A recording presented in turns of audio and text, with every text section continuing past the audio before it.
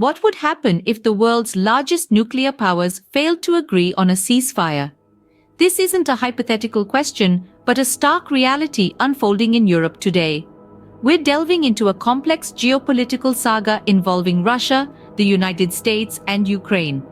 Rewind to the year 2023, when Russian President Vladimir Putin signaled to Washington, both publicly and through intermediaries, his readiness to consider a ceasefire in Ukraine.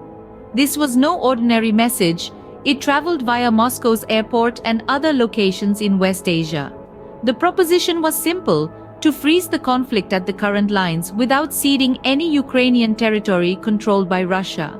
By late 2023 and early 2024, some in Kremlin saw this as the best path towards some semblance of peace. However, as one senior Russian source with knowledge of the discussion said, the contacts with the Americans came to nothing. Another source revealed that everything fell apart with the Americans, as they did not want to pressure Ukraine. At the same time, the US president was urging Congress to approve more aid for Ukraine, despite opposition from allies of the Republican presidential nominee frontrunner Donald Trump.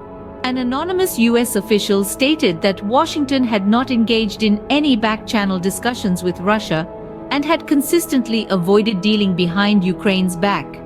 By late 2023, intermediaries met in Turkey. Putin's signal was relayed to top officials in Washington, including the White House National Security Advisor, the CIA chief, and Secretary of State Antony Blinken. The next steps were to be laid out to Putin's foreign policy advisor, Yuri Ushakov. However, when the call came in January, the US was willing to talk about other aspects of ties, but not a ceasefire with Ukraine. As a result, Kremlin sees little point in further contacts with the United States on this issue, and the war continues. Some experts view the Russia-Ukraine war as a manifestation of the renewed geopolitical rivalry between major world powers. Some analysts suggest that Moscow seeks to alter the Western-led system prevailing since the end of the Cold War.